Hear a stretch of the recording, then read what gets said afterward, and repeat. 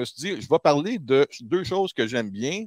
C'est la même chose, mais sur deux formats différents. C'est Gran Turismo. J'adore Gran Turismo. Je suis un fan de jeux de course.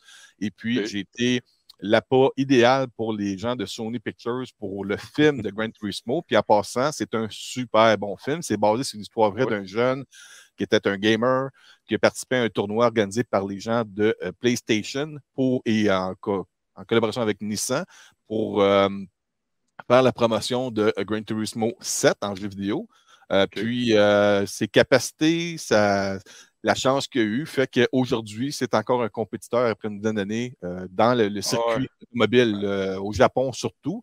Le 4K, le côté bizarre de ce film-là, c'est que, c'est un super bon film, mais pas réussi au box-office. Fait que j'ai l'impression que les gens de Sony n'ont pas vraiment mis le paquet pour le mass production des médias physiques.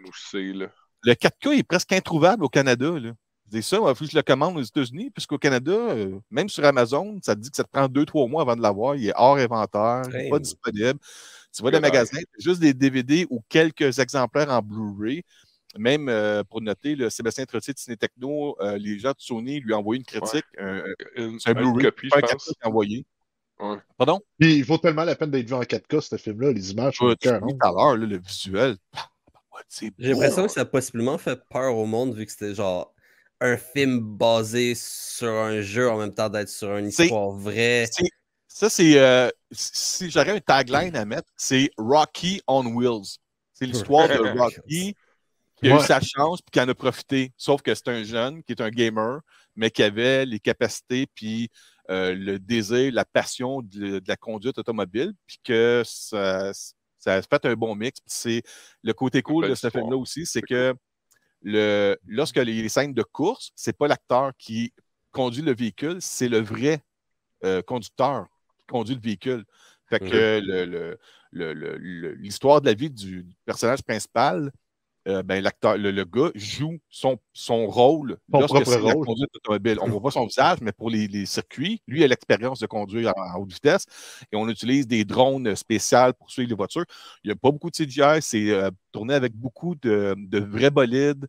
Il y a des équipes d'entretien qui entretiennent les véhicules. Dans les suppléments, là, il y a les scènes coupées, des scènes rallongées, il y a par rapport à la mécanique automobile, les scènes d'action, les cascades, le côté des voitures. Si vous aimez les bolides de course, vous allez capoter là-dessus. C'est vraiment cool. Puis l'histoire est bonne. C'est un bon film. Je vous encourage fortement à l'acheter.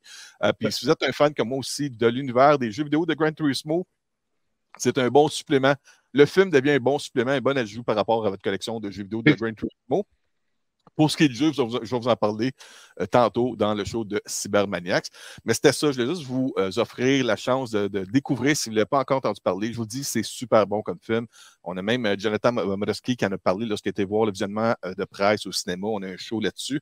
Je mettrai dans les liens, dans les commentaires, le lien de sa critique à lui pour le film au cinéma. Puis même lui, il était épaté. Puis lui, c'est un tripeur de course. Il n'a pas été blasé par le film. C'est assez accurate par rapport à la réalité d'aujourd'hui du monde de la course automobile. Donc, ça, c'est pour Gran Turismo.